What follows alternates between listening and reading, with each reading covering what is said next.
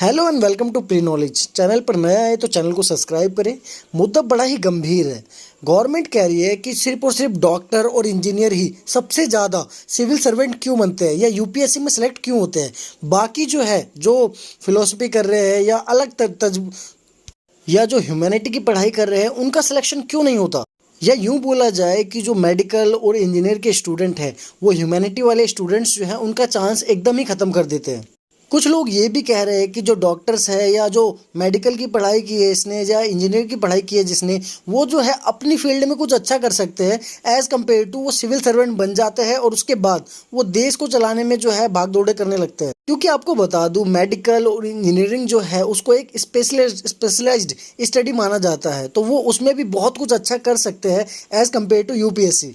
कि एक नेता ने कहा है कि उनके लिए जो है यूपीएससी एक तरीके से वेस्ट है।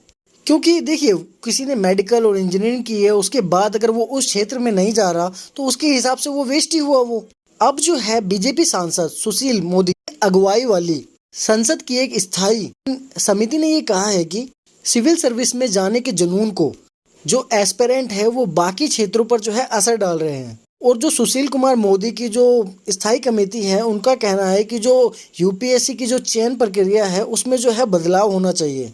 जो समिति है उन्होंने कुछ आंकड़े भी पेश किए हैं, क्योंकि वो हवा में तो बात नहीं कर रहे, तो उन्होंने जो आंकड़े पेश किए हैं उनके अनुसार आपको जानकर हैरानी होगी कि जो 70% 70% लोग जो होते हैं वो सिर्फ और सिर्फ मेडिकल और इंजीनियरिंग फील्ड से ही आते हैं यूपीएससी के अंदर। एक रिपोर्ट में पता चला कि 2011 से 2020 के बीच जितने भी यूपीएससी कैंडिडेट चुने गए हैं 3 में से 2 या तो इंजीनियरिंग फील्ड से संबंध रखते थे या फिर वो मेडिकल जो फील्ड है उससे संबंध रखते थे। 2011 में ही अकेले यूपीएससी में सिर्फ और सिर्फ 46% जो इंजीनियर बैकग्राउंड से जो थे एस्पिरेंट चुने गए थे यूपीएससी के अंदर। और आप खुद ही अनुमान लगा सकते हैं कि 2020 में यूपीएससी में 65% जो है बैकग्राउंड इंजीनियरिंग छात्र का था। मतलब इंजीनियरिंग छात्र जो है 65% चुने गए हैं यूपीएससी के अंदर 2020 में। जबकि दोस्तों जो मेडिकल छात्र थे 2011 में जहां उनका परसेंटेज 14% था वो 2020 में आके सिर्फ और सिर्फ 4% रह गया। यानी मेडिकल के जो छात्र हैं उनमें बहुत हद तक कमी आई है। उनमें जो था बहुत सारे जो कैंडिडेट हैं उनको लगा कि मेडिकल ही एक अच्छी फील्ड है, उसमें भी हम बहुत अच्छा पैसा कमा सकते हैं, इसलिए जो है वो यूपीएससी की तरफ ज़्यादा कनेक्ट नहीं हुए। लेकिन जो इंजीनियरिंग के छात्र हैं वो बहुत ज़्यादा मात्रा में देखे गया है कि वो लोग जो है यूपीएससी के प्रति कनेक्ट हुए हैं। जबकि जो ह्यूमैनिटेरियन बैकग्राउंड से आते हैं उनका जो परसेंटेज है वो 23 से 28% के बीच में ही हमेशा से झूलता रहा है। समिति ने कहा है कि जो परीक्षा है और जो चुनाव की प्रक्रिया है वो 6 महीने के भीतर जो है कंप्लीट कर ली जाए। और अगर अभी हम की बात करें अभी की तो इसमें जो है लगभग पूरा 1 साल लग जाता है, क्योंकि कैंडिडेट का पहले जो है प्रीलिम्स देता है, उसके बाद फिर वो मेंस के लिए अप्लाई करता है, फिर वो मेंस देता है, ऑप्शनल देता है, उसके बाद जाके कहीं उसका इंटरव्यू होता है, देन उसको पता चलता है कि वो सिलेक्ट हो रहा है या नहीं हो रहा है। तो इसमें कम से कम पूरा 1 साल लग जाता है यूपीएससी के लिए। तो इसलिए कहा जाता है जो इंडिया का सबसे टफेस्ट एग्जाम है वो यूपीएससी ही है। समिति ने यह भी कहा है कि जो ये परीक्षा हो रही है ये कंप्यूटर आधारित होनी चाहिए, यानी कंप्यूटर बेस होनी चाहिए। तो अभी तक तो देखिए इसका कोई लॉजिक बनता नहीं है कि कंप्यूटर में जो छात्र है वो कैसे देंगे परीक्षा। हमारे जो देश के पूर्व सरदार वल्लभ भाई पटेल थे, उन्होंने ही जो है सबसे पहले उन्हीं का सपना था कि जो है आईएएस की परीक्षा होनी चाहिए और उनके ही दम पर जो है ये आईएएस की परीक्षा कंडक्ट कराई गई इंडिया के अंदर पहली बार। 47 से यानी 1947 से पहले आईएएस को जो कहा जाता था आईएएस, 47 के बाद जो है ये आईएएस और आईपीएस जो है उनके मतलब उपाधि मिली इन लोगों को। एक बार सरदार वल्लभ भाई पटेल ने कहा था कि मैं जो सोच रहा हूँ आईएएस और आईपीएस के बारे में ये स्टील फ्रेम होगा इंडिया का।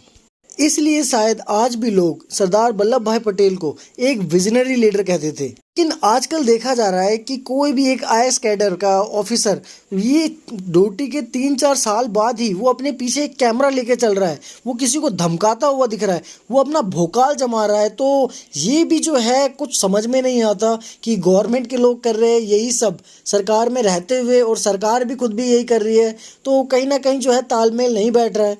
देश में हर साल 25 लाख इंजीनियर निकलते हैं, तो आप खुद अपने आप से ही पूछ के देखिए क्या 25 लाख इंजीनियर के लिए देश में जॉब है? नहीं है बिल्कुल भी। उसमें से अगर कुछ यूपीएससी में सेलेक्ट हो भी जाते हैं अपनी प्रतिभा के दम पर, तो ये देखिए कोई बड़ी बात नहीं है, ये एक अच्छी बात है। सबसे बड़ी बात ये है ना कि देखिए यूपीएससी ने खुद लिख रखा है कि एनी ग्रेजुएट कैन अप्लाई। तो अब आप फिर ये वे प्रतिबंध क्यों लगा रहे हैं कि मेडिकल और जो है इंजीनियर के छात्र को नहीं भरना चाहिए? वो जो है ग्रेजुएट भी है और वो एलिजिबल भी है, तो वो तो भरेगा ही ना। और बात रही इंजीनियरिंग की, तो आप खुद सोच के देखिए कोई स्टूडेंट 12th पास करने के बाद क्या सोचेगा सबसे पहले कि वो अपना एक जॉब सिक्योर कर ले।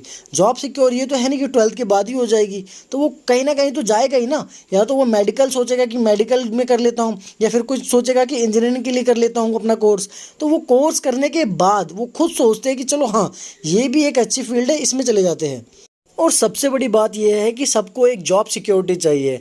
यूपीएससी करके कोई आईएएस या आईपीएस बन जाता है तो उसकी जॉब सिक्योर हो जाती है, वो 60 साल के तक तो कम से कम अपनी जॉब कर ही सकता है। उसके बाद गवर्नमेंट ही जो है उसके सारे खर्चे उठाने वाली है। तो हर कोई आज के टाइम पर चाहता है कि उसकी जॉब सिक्योर हो। वो एक आम लड़का हो ग्रेजुएट वाला, या फिर वो एक इंजीनियर हो, या फिर वो मेडिकल का छात्र हो, या फिर वो ह्यूमैनिटेरियन बैकग्राउंड से बिलोंग करता हो। इसका मतलब हमें ये पता चलता है कि मंत्री जी की बात की कोई वैल्यू नहीं है। उन्होंने जो भी कहा है वो बकवास है एकदम। हर कोई किसी भी फील्ड का हो वो यूपीएससी कर सकता है, और अगर उसके अंदर क्षमता है तो वो सिलेक्ट होएगा। थैंक यू दोस्तों, फिर मिलेंगे नेक्स्ट वीडियो में। इसी नोट के साथ वीडियो ख़त्म करते हैं। अगर चैनल पर नया है तो